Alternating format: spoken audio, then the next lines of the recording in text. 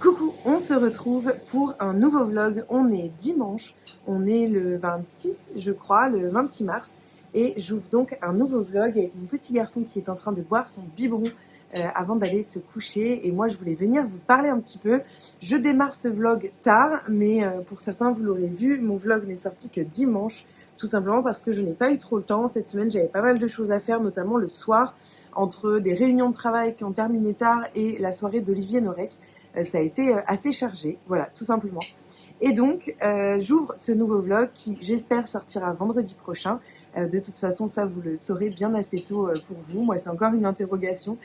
Et je voulais commencer ce vlog en vous parlant un petit peu de mes lectures en cours et celles que je compte lire cette semaine. Donc, je vais vous montrer tout ça. Je suis en train de lire La sorcière de Silcy de Philippa Gregory. C'est publié chez Hauteville, c'est un gros pavé.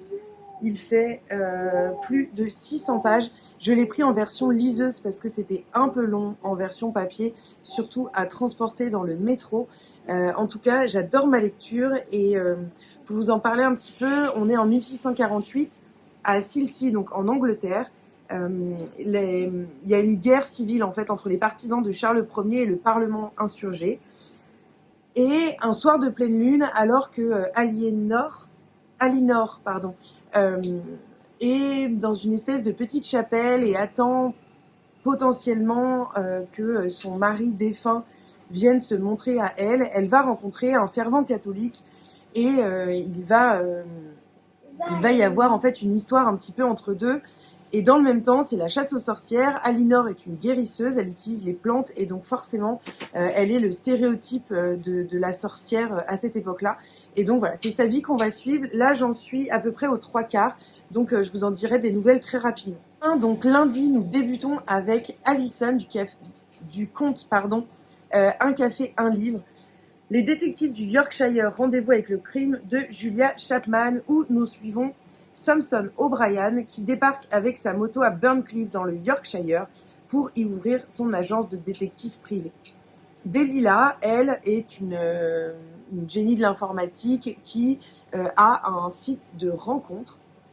Et donc ces deux personnages vont se re-rencontrer car ils se connaissaient déjà d'avant. Il va lui sous-louer en fait son garage, je crois, ou c'est, enfin en tout cas, oui, le rez-de-chaussée de ses locaux. Et donc, il va y avoir sûrement des morts parce que c'est un rendez-vous avec le crime. Et puis, forcément, c'est un cosy mystery, donc on s'attend à une petite enquête de ces deux personnages. Donc voilà, j'ai hâte de vous en reparler. Je vais ensuite lire notamment avec Flo de Flow & Books pour terminer en beauté son challenge Mars au féminin. Manifeste contre le féminisme radical et pour un féminisme éclairé de Laura Le Sueur. On a la même peur concernant ce livre, peur que ce soit à charge contre le féminisme radical, complètement à charge en tout cas, comme si le féminisme éclairé était seulement ce qu'il existait. Voilà, je ne sais pas trop là où ça va nous mener, mais en tout cas, ça a l'air assez facile à lire, assez rapide à lire. Donc on va le lire en lecture commune et comme ça on pourra discuter un petit peu et confronter nos points de vue. Et pour le coup, je vais vous lire le résumé. En posant cette question à près de 150 femmes pour son podcast Legend Ladies, consacré à l'ambition féminine, Laura Le Sueur s'est aperçue qu'elle provoquait chaque fois une hésitation, voire un malaise. Pour quelle raison cette notion de féminisme, qui devrait être consensuelle, peine-t-elle tant à rassembler aujourd'hui ?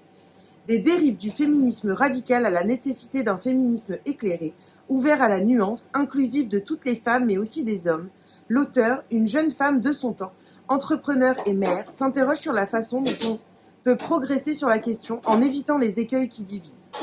Il est temps que ce mouvement accède à une nouvelle étape de son développement, qu'il cesse, par des réactions extrêmes et mal comprises, de susciter des tensions pour rassembler de manière constructive. Des contributions éclairantes de femmes et d'hommes au parcours riche et singulier accompagnent ce manifeste vif et pertinent.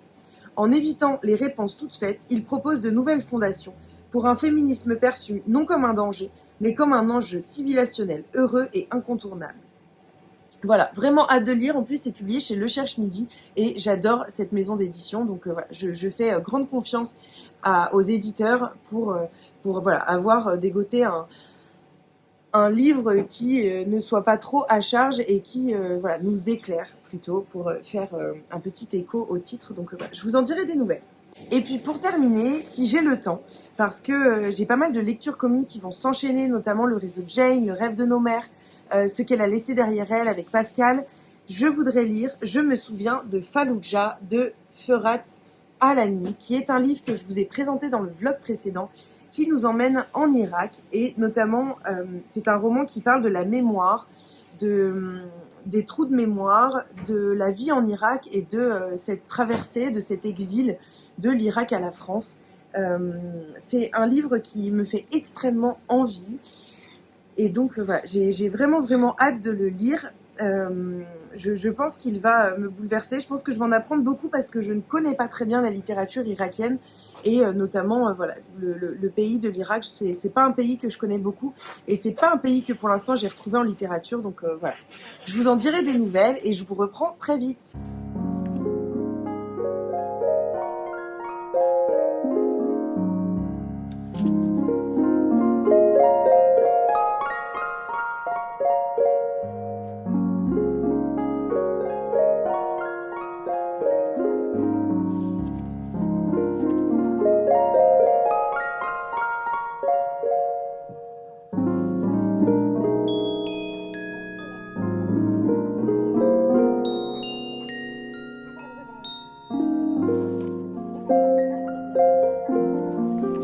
Je vous reprends, on est mercredi soir, il est 21h15 et je voulais vous montrer 2 réceptions du début de semaine et puis vous parler d'une lecture terminée. J'ai reçu en début de semaine, je suis allée le récupérer en Mondial Relais, un roman auto-édité de Lucas P. Léziac qui est Le Rêvoscope.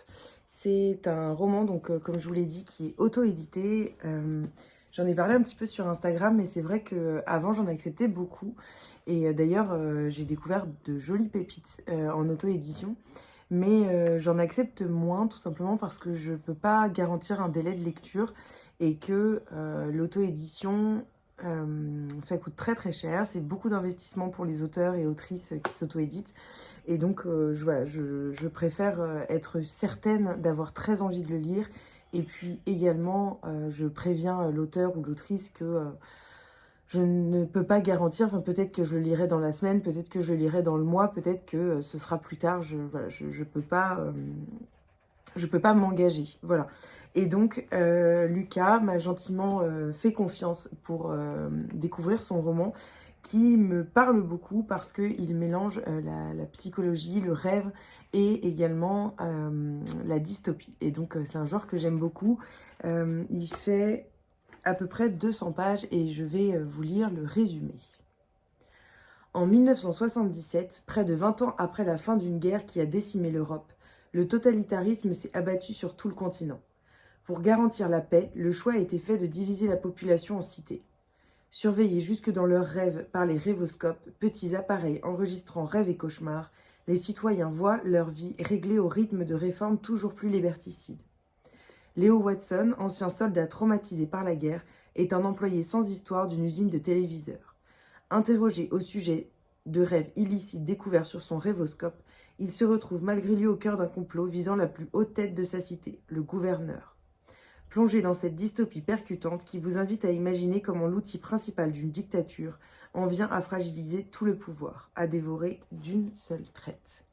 Donc voilà, super hâte de le lire. En plus, c'est en soi assez aéré et donc voilà, j'ai hâte de le découvrir. Je vous en dirai des nouvelles.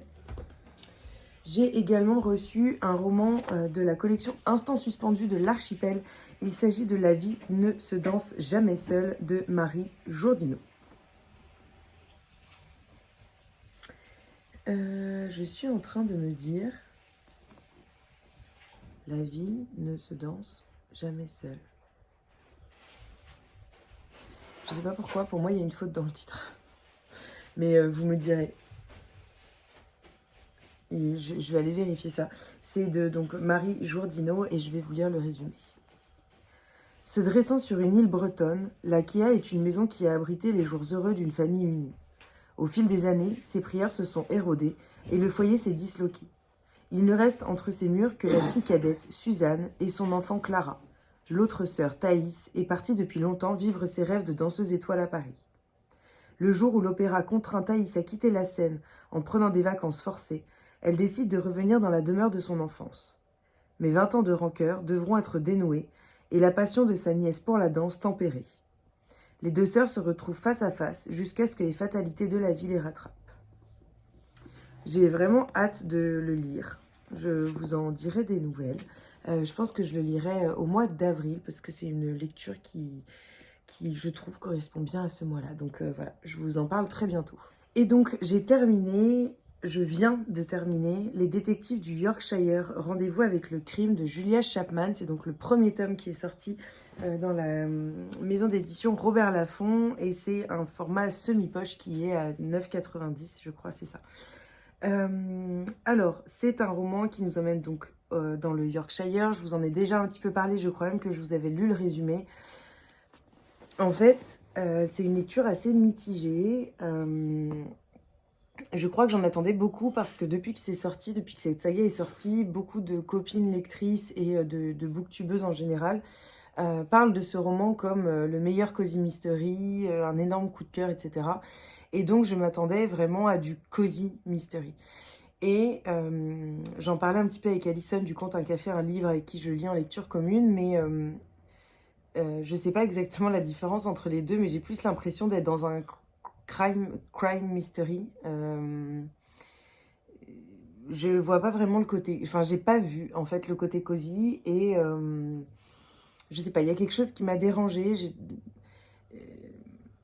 J'ai été plus intriguée en soi par l'histoire de Delilah et de Samson que des crimes. Et puis, je sais pas, c'était un peu brouillon pour moi. J'ai pas totalement adhéré à l'écriture, donc je suis un peu mitigée et en même temps je l'ai lu assez rapidement, hein. Je l'ai lu plutôt d'ailleurs d'une traite. J'ai été prise par l'histoire, mais il m'a manqué quelque chose. Donc voilà, je sais pas trop si je vais me plonger dans le deuxième tome. Il faudrait que je discute avec des copines qui l'ont aimé pour voir s'il y a un peu une évolution. Mais voilà, je ressors un petit peu mitigée. Si vous l'avez lu, n'hésitez pas à venir en discuter avec moi. Je serais assez curieuse de pouvoir confronter nos points de vue, surtout avec des gens qui ont eu un coup de cœur. Parce que voilà, il y a des choses qui m'ont un petit peu dérangée. Et en même temps, je connais pas beaucoup hein, le genre de cozy mystery. J'ai lu... surtout, enfin celui que j'ai vraiment en tête, c'est Meurtre et pépites de chocolat que j'avais adoré. Et d'ailleurs, il faudrait absolument que je lise le deuxième tome que j'ai dans ma palle. Je sais pas pourquoi je l'ai toujours pas fait, mais il va falloir que je me lance dedans. En tout cas, voilà, un petit peu mitigé, mais je verrai si je me lance dans le deuxième ou pas. Je vous reprends, on est vendredi matin. Hier soir, j'étais épuisée, donc j'ai pas eu le temps de venir clôturer ce vlog, donc je le fais maintenant. J'ai pas mal de choses à vous montrer, de choses à vous dire. Ça va être pour un livre un peu polémique, mais bon, je pense que c'est important d'en parler. De toute façon, je parle de tout, concernant en tout cas mes lectures, donc voilà, ça me semble important d'en discuter avec vous. D'abord, je vais vous montrer des réceptions. J'ai reçu 2 petites surprises de la part des éditions Pocket. Ça fait partie des révélations Pocket. Donc il y a L'arbre ou la maison de Azouz Begag. Après plusieurs années d'abandon, le peuplier a grandi, ses racines ont poussé, au point aujourd'hui de menacer la maison. Entre celle-ci que leur père a bâtie et cet arbre qu'il a planté, il va falloir trancher. C'est tout le dilemme des 2 frères, Sami et Azouz, alors qu'ils retrouvent le village algérien de leur enfance. Ni l'un ni l'autre ne sont plus d'ici. C'est là-bas, à Lyon, qu'ils ont grandi. Comment pourraient-ils reconnaître ce pays bouillonnant en plein printemps arabe? Erim, le premier amour d'Azouz, qu'est-elle devenue? Quand la nostalgie menace, que faire de ses racines? Un livre qui me fait très envie, je m'étais pas arrêtée dessus dans le formulaire. Est-ce que même j'avais lu le résumé? Je ne pense pas parce que je pense que je l'aurais demandé. En tout cas, un livre qui me fait très envie et donc je verrai quand je le lirai peut-être au prochain 7 jours 7 livres, on verra ça.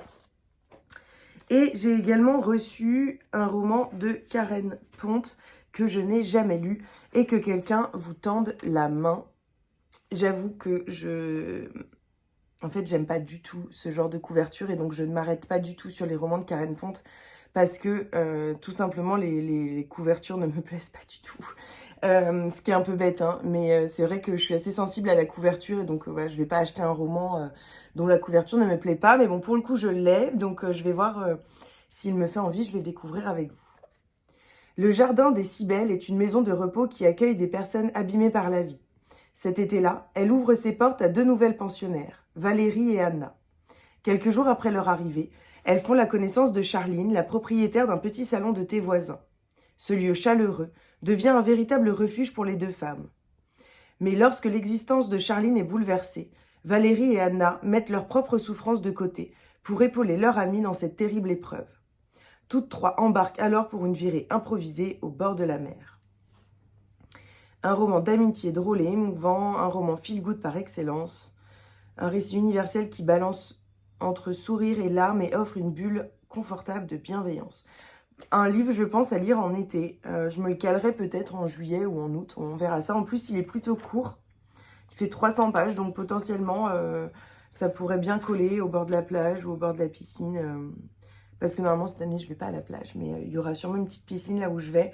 Voilà, donc à voir. N'hésitez pas à me donner votre retour si vous avez aimé ou pas, si vous connaissez un peu Karen Ponte. Ça pourra peut-être m'aiguiller un petit peu dans mon choix. Et j'ai reçu, alors c'est pas des livres, mais ça a un rapport avec la lecture, 2 nouveaux t-shirts Muse. Déjà, le premier qui me faisait extrêmement envie depuis très très très longtemps, il s'agit de celui-ci.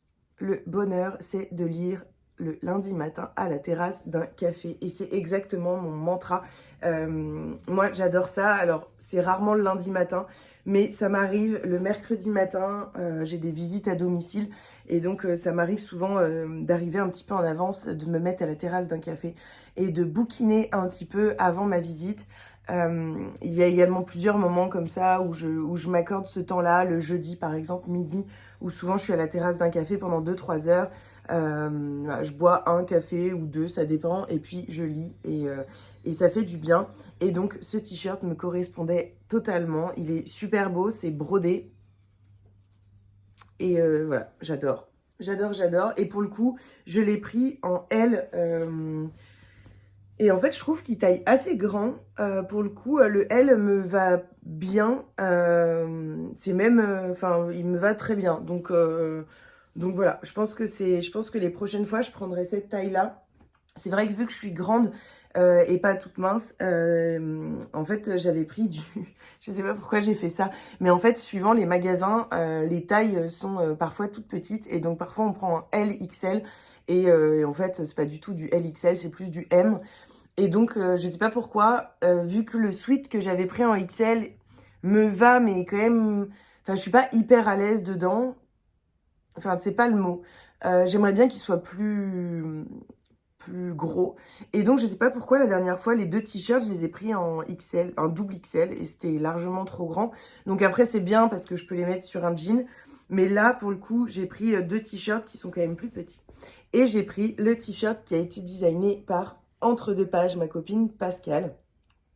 Et donc, il y a écrit lire entre les lignes, ce qui, je trouve, correspond et au roman que je lis, à moi en tant que lectrice, mais aussi à moi en tant que psychologue. Donc voilà, je trouvais que ça me correspondait très bien. Et il y a écrit Laurine Pessoum au-dessus, et donc Muse à la fin. Il est trop trop beau et je l'ai pris en noir pour changer un petit peu.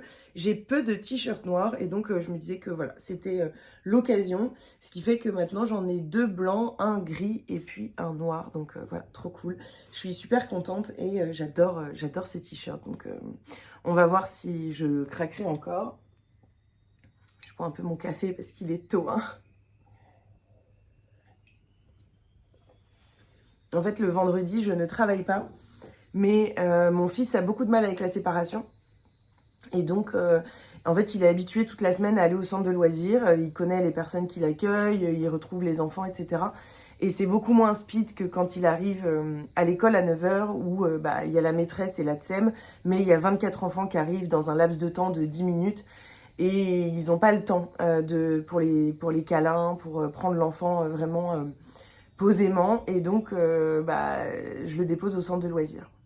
Quand même, ce qui me plaît pas tellement, et puis moi je préférerais me lever plus tard, etc. Mais j'ai bien vu que en fait, même pour lui, c'est plus simple la séparation, qu'il préfère, qu'il y a quelqu'un qui peut l'accueillir en le prenant dans les bras, que voilà, c'est plus calme, il y a moins d'enfants, donc pour l'instant c'est la petite solution qu'on a trouvée, sachant que jusqu'ici ça se passait pas super bien, même au centre, et que depuis quelques temps ça se passe beaucoup mieux, il a pris ses marques, et donc voilà, je veux pas le déboussoler.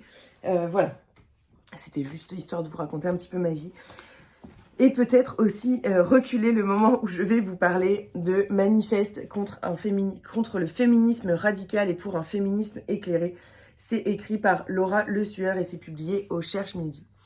Ça va être assez compliqué de vous en dire quelque chose, déjà parce qu'on le lit en lecture commune.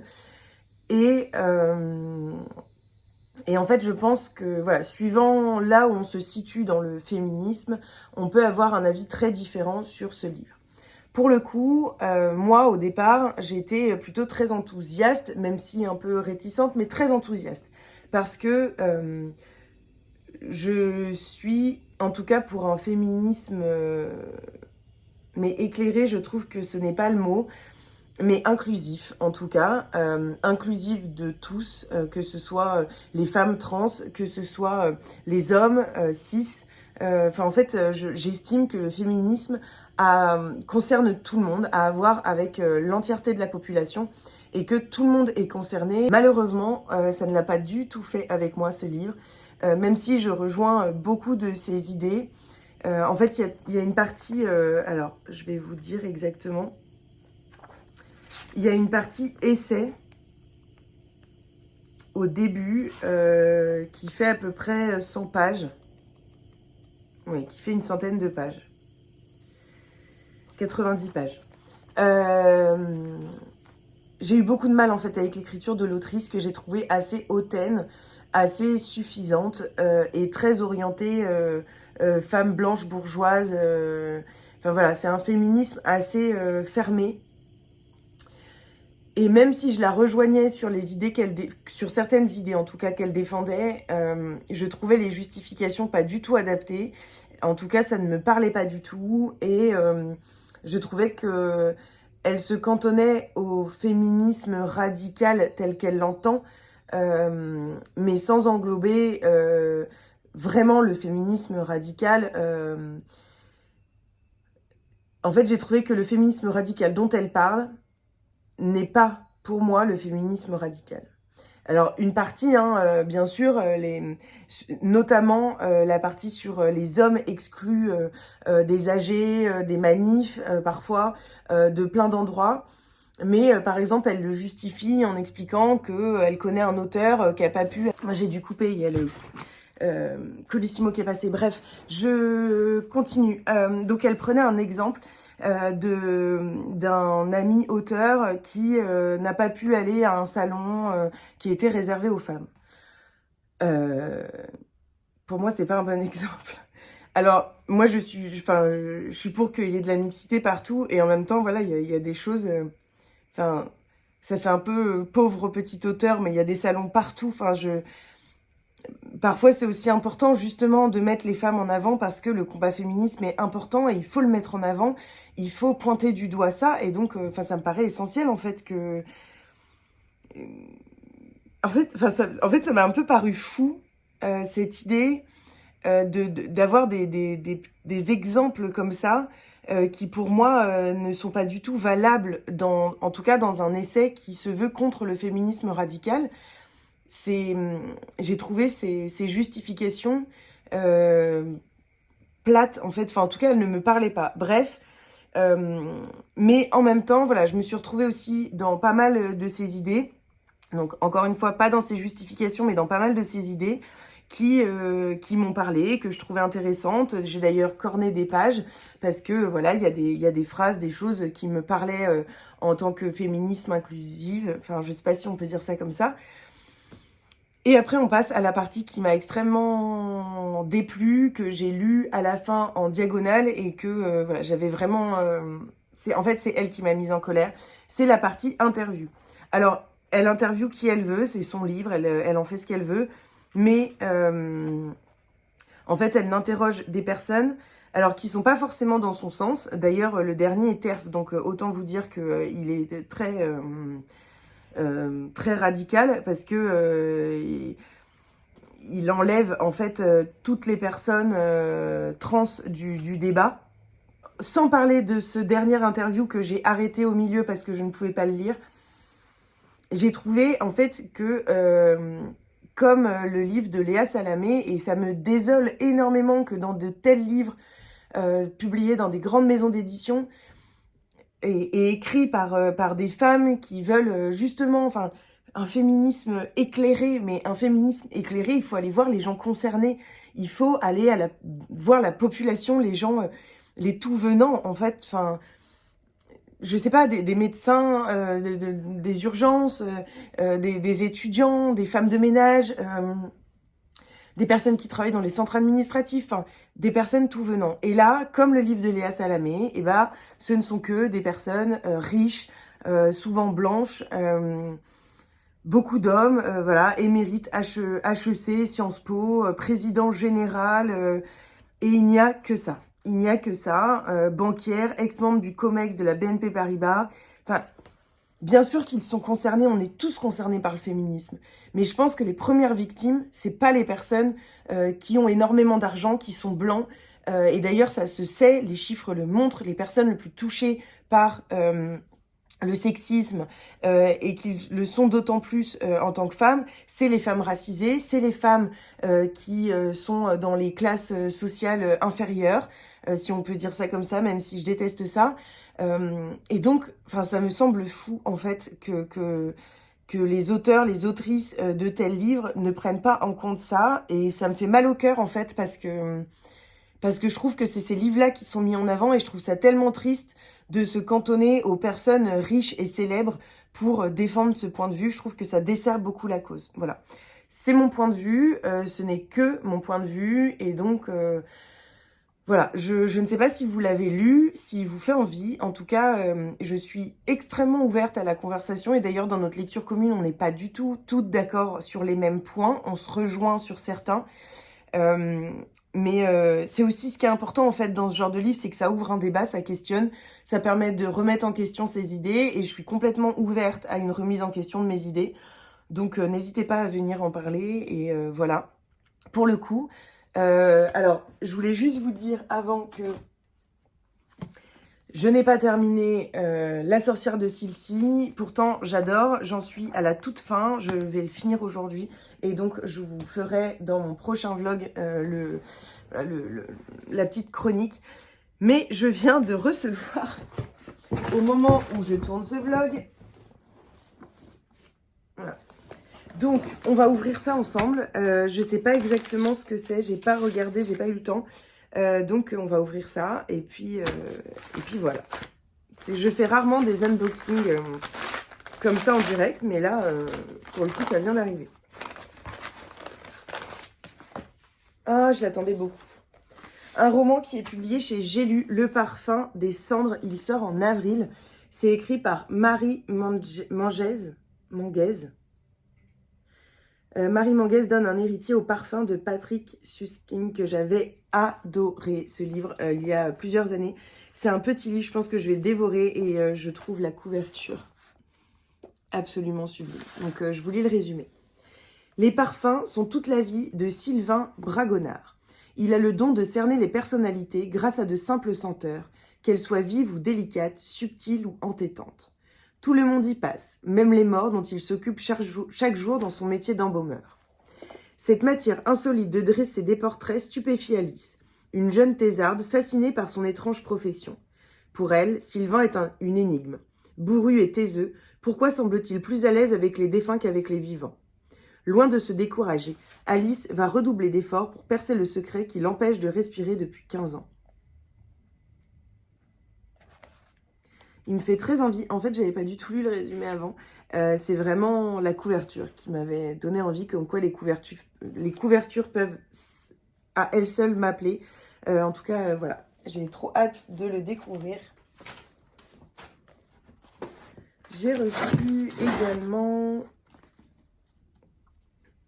un autre livre. Pas mal de choses là ce matin.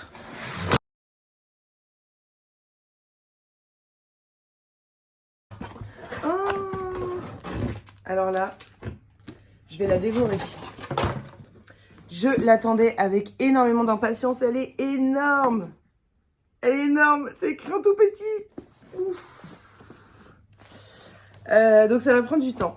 Il s'agit de L'Aspinote, une Asperger en voyage sur Terre de Laura Bresson. C'est un récit autobiographique, plein de poésie et d'humour, pour dédramatiser l'autisme.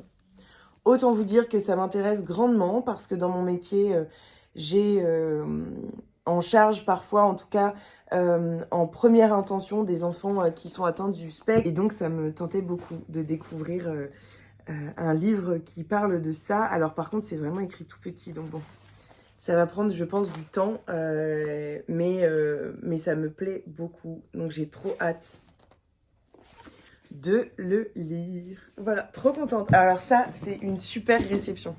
Je l'attendais trop. Et maintenant, ce gros colis, qui est pas si lourd, donc je sais pas trop ce que c'est. Ça vient d'Interforum. Souvent, c'est des livres pour enfants. Mais alors ça, c'est le genre de truc qui m'énerve. Je vais vous montrer exactement ce qui me met en colère. Alors, enfin, ça me met en colère. Et je commence comme ça alors que je sais même pas ce que c'est. Mais en fait, ils font des énormes cartons et il y a un fond. Ça n'a aucun sens. Et c'est gâcher du carton. Et en plus, c'est énervant parce que ce qui fait que le mec ne peut pas le mettre dans ma boîte aux lettres alors que parfois je suis pas là. Enfin bref, c'est comme ça. C'est comme ça. On va enlever ça. Oui, bon, c'est des livres pour enfants. C'est bien ce que je me disais. Alors. Ça vient de Usborne.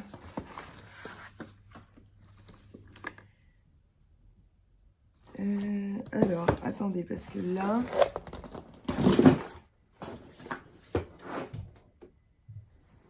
Pour le coup, je vais regarder.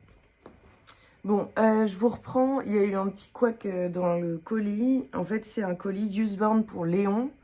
Mais il n'y a rien de ce que j'ai demandé. Et il n'y a que des choses que je n'avais pas demandé. Donc je suis un petit peu embêtée parce qu'en plus, celui-ci, Usborne, j'aime en général, donc d'habitude, s'il y a un souci, ça me dérange pas et même, voilà, au contraire, c'est pas très grave. Mais là, pour le coup, j'habille mes amis Pâques, c'est pas du tout le genre de truc que j'aime. Et en plus, Léon est quand même petit pour ça. Alors bon, je vais lui donner, hein, on va voir ce qu'il en fait. Mais d'ailleurs, je pense que c'est pour plus grand parce que ça a l'air assez compliqué. Donc bon, on va voir. En tout cas, voilà, c'est comme ça. Et puis là, il y a des autocollants pour habiller. Mais je trouve que ça fait plus... Oula, ça fait plus enfant de 5-6 ans.